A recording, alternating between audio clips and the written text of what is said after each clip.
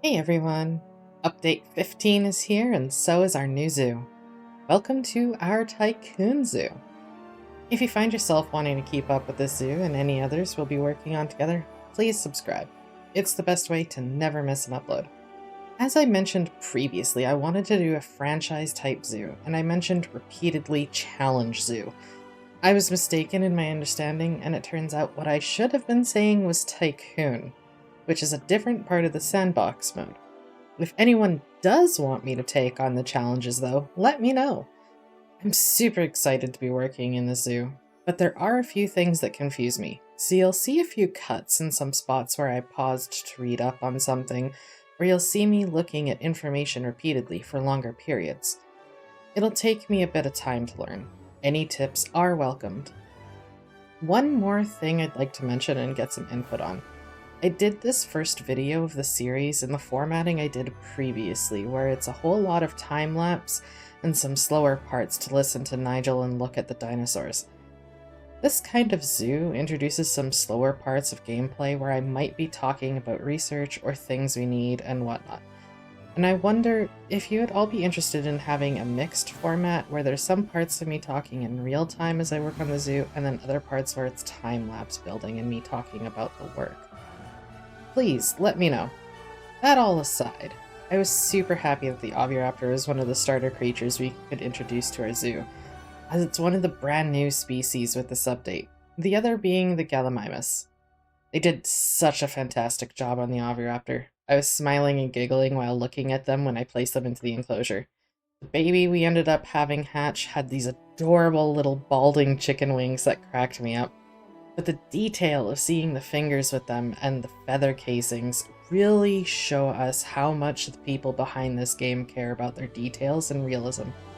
It shouldn't come as a surprise then that when Nigel talks to us about these adorable beings, that he imparts wisdom about the myths surrounding them. Now, as for the enclosure and surrounding areas, due to scheduling conflict, I ended up not having as much time allocated to working on this as I originally liked. But I did have enough time to work on the enclosure and the basics. I'm going to go back and make a hub for the staff that includes the Fossil Center and the Research Center that I just plopped down today. And I'd like to set up a garden area between some enclosures where we'll have the means to grow our own food for the species we have around the zoo. I also set up a bare little plaza that we can have walkways and some buildings leading off of. I want the plaza to be the area where our guests will spread out and start heading to where they want to be. I also didn't have the time to finish up some details on it, but we'll cover that in the next episode, which will be introducing a requested idea that I'm excited to work on. I placed a little length of hill that I want to follow for species that might prefer hilly, desert dune kind of areas or drier climate types, and I did leave the end unfinished because I did need to prioritize things. Eventually, that hilly area will grow a bit and then end off in some cliffs. I want to try and make the zoo more cohesive. Is that the right word for this? More combined, where elevation and landscaping would be spread out over a few exhibits that would benefit it. I'll still have some enclosures where the look will be isolated, like we carved away a place for an enclosure. But as a whole, the series will be more focused on the franchise side of the game, gaining popularity, money, and staying ahead of illness and dealing with the end of a dinosaur's lifespan, or the issues introduced with dinosaur behaviors. There's also paleobotany introduced with this update to add on to what we'll be doing in the series, where if we introduce the right flora, we'll get a popularity bonus, which I totally glossed over when setting the Oviraptor up. I'll have to go back and check if I need to fix that. If I do, I'll mention it in the future. The new landscaping system is very nice. I'm happy it got an update, and one that actually makes it more clear to use. Specifically with the painting tool, I was able to blend the look of the terrain much more easily than previously, and I was really impressed with the outcome. Although the grass feels a touch tall, but it adds to the realism in the end. I was forced after adding the Oviraptor to add rocks to the front of the enclosure to block off their ability to reach the really low fencing I have on the viewing path, as I didn't know if they would jump over it. I figured it would just be better to put in the rocks to clip their pathing before something like that happens. I made a very small building for the Oviraptor to have bedding and nests, and placed glass on the viewer's side so guests can look in and see nesting behaviors and babies hatching. Speaking of both, while I appreciate the speediness of the event of having our first baby, I also felt like it was really lackluster and lost some of its excitement being so easy and fast. I had decided to go ahead and unlock the abilities to make males early because I had thought it would have taken a lot more time for mating behaviors to produce results, but I ended up with a baby really fast, and I was disappointed by that. But it's still early. Perhaps with some feedback, they'll make some adjustments in the future. Besides, I only had one baby, and I know that there can be multiples. So perhaps I just got lucky with one quick one and will struggle more going forward, or at the very least, have to wait longer for more. I had hoped to add in a covering over some parts of the walkway in front of the Oviraptor enclosure, but I'm not too sure about that given the shape of the path now. I might try to work one in, but I might abandon the idea. Either way, the pathing is what I'm going to be doing going forward with all the enclosures, where the viewing path is separate from the main or arterial path where people will move around from. This will give me room to add in guests' needs like kiosks and bathrooms instead of trying to force them in like in the previous series. Also, if it doesn't show on every video, I will be making a point to set up said needs between every enclosure. Also, going forward, we will be covering a few species that we've had before, and I'm not too sure if I'll be including the same not Nigel talking points as in previous videos. There might be some overlap, I might cut them out, but if it's a new species that we've not done before, I will for sure have Nigel speaking in them. I think that's all I have to say about this video. If I remember anything else though, I'll mention it in the description or in the comments. Also, the miniseries isn't quite complete, but it will be taking a backseat to the zoo, so the last few episodes of that will be spaced out. Anyways, if you all enjoyed the first video of our new zoo, please let me know by liking the video, and I hope you all join me in the next one. Take care.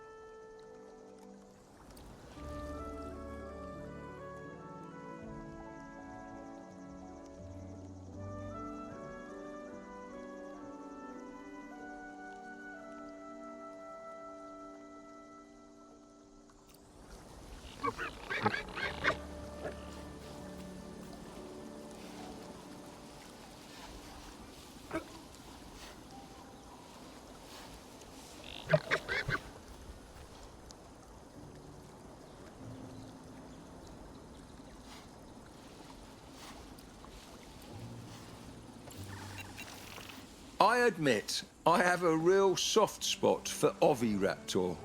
They're clever and charismatic, but so misunderstood. The vets say we have to keep an eye out for any joint pain or stiffness in their legs. They're concerned that compared to the sand dunes they would have encountered in their natural environment, this substrate could be too firm. Caring for dinosaurs like Oviraptor is a delicate business.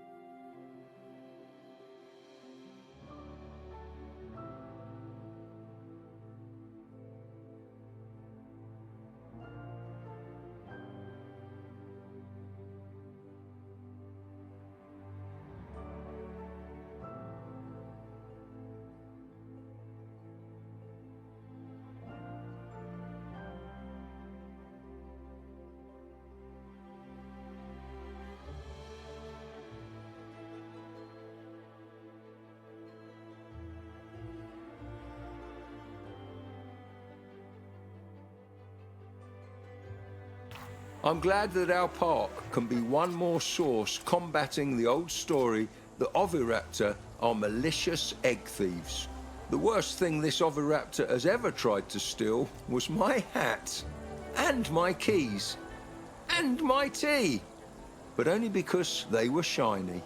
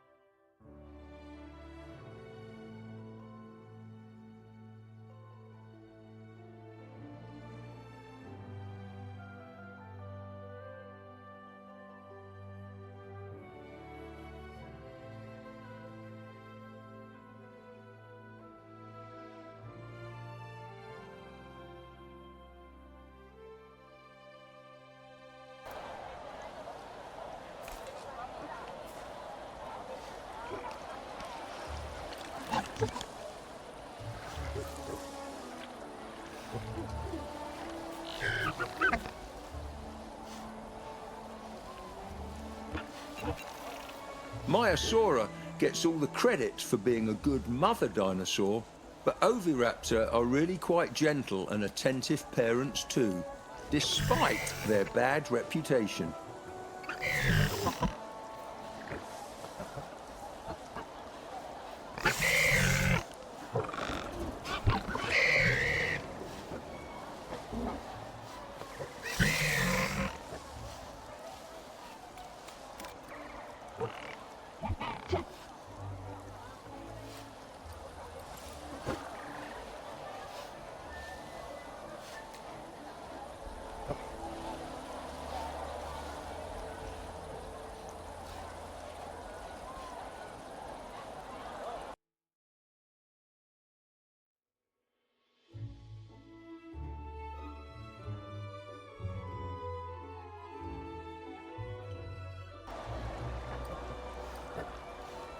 Thank